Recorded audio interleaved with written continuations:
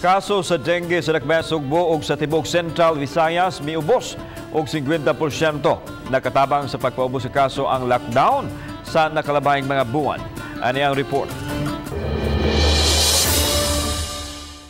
Sumani Dr. Jeffrey Ibones, ang hepe sa Cebu City Health Department, nga dako kaayo ang pagkunhod sa dengue cases sa Dakbayan karong panahona.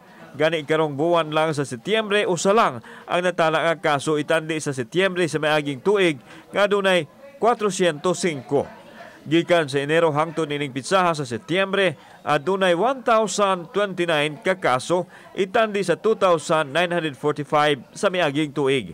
Sa nakalabing tuig usab, adunay 19 ang mortality, samtang si Enero hangtod sa Setyembre karong tuiga adunay 10. Layo pa man sa tinon ang ang tuig, pwede pa ni siya musaka pero hopefully lang ta nga dili lang ta no kay narabatay giatubang karon nga pandemic.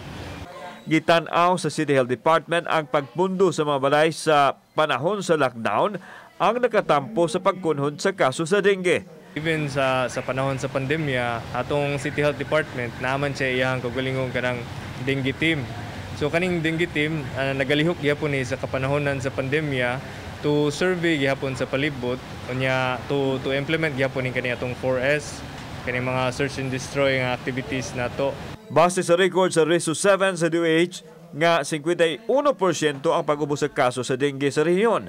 Adunay 10,204 dengue cases gikan sa Enero hangtod sa Setyembre karong tuiga itandi sa 20,863 sa samang period sa miaging tuig. Bisan og ubos ang kaso sa dengue, may pahimangno ang mga health official sa mga tao nga dili mo kumpiyansa aron malikay sa makamatayng balatian. Usa sa akong nakita uban sa natong mga kaigsunan mahadlok sa madto og laboratory tungod kay mahadlok sila ma-expose sa COVID, pero importante gyud kay na nga magpa-detect gyud ta, early detection or magpa-CBC gyud ta. Prato yung masuta kay usay ra ba ang COVID ra basad is virus pod no.